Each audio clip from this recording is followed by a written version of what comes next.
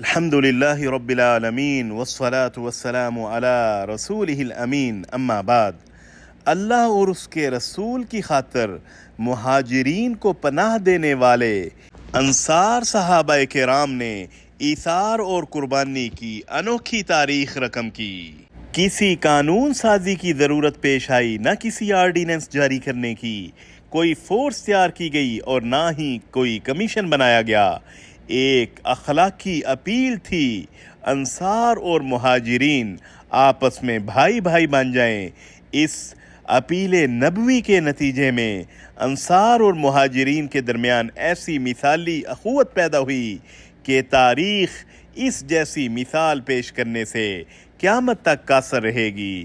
انصار مدینہ کے سارے گناہ اللہ نے معاف فرما دیے ہیں، ارشاد ربانی ہے، اور وہ لوگ جو ایمان لائے، ہجرت کی اور اللہ کی راہ میں جہاد کیا، نیز وہ لوگ جنہوں نے ان مہاجرین کو پناہ دی یعنی انصار صحابہ اور ان کی مدد کی، وہ لوگ سچے مومن ہیں، ان کے لیے بخشش اور عزت والا رزق ہے۔ سورۃ الانفال آیت نمبر 74۔ حضرت براء بن عازب رضی اللہ عنہ سے مروی ہے کہ میں نے رسول اللہ صلی اللہ علیہ وسلم کو فرماتے ہوئے سنا، انصار سے وہی محبت کرے گا جو مومن ہوگا، اور ان سے وہی دشمنی کرے گا جو منافق ہوگا۔ بس جس نے انصار سے محبت کی اس سے اللہ محبت کرے گا، اور جس نے انصار سے دشمنی کی اس سے اللہ دشمنی کرے گا۔ اسے امام بخاری نے صحیح بخاری میں روایت کیا۔ رسول اللہ صلی اللہ علیہ وسلم نے انصار مدینہ کے ساتھ حسن سلوک کی وصیت فرمائی۔ انصار مدینہ کو رسول اللہ صلی اللہ علیہ وسلم نے اپنا قلب و جگر قرار دیا، اور انصار مدینہ کو نبی صلی اللہ علیہ وسلم نے جنت میں جانے کی ضمانت دی۔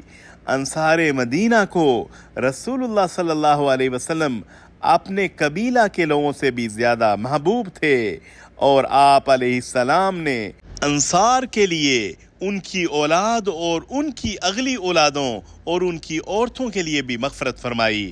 حضرت انس رضی اللہ عنہ سے مروی ہے کہ رسول اللہ صلی اللہ علیہ وسلم نے فرمایا، یا اللہ انصار کی مغفرت فرما، انصار کی اولاد کی مغفرت فرما، انصار کی اولاد کی بھی مغفرت فرما، نیز ان کی عورتوں کی مغفرت فرما۔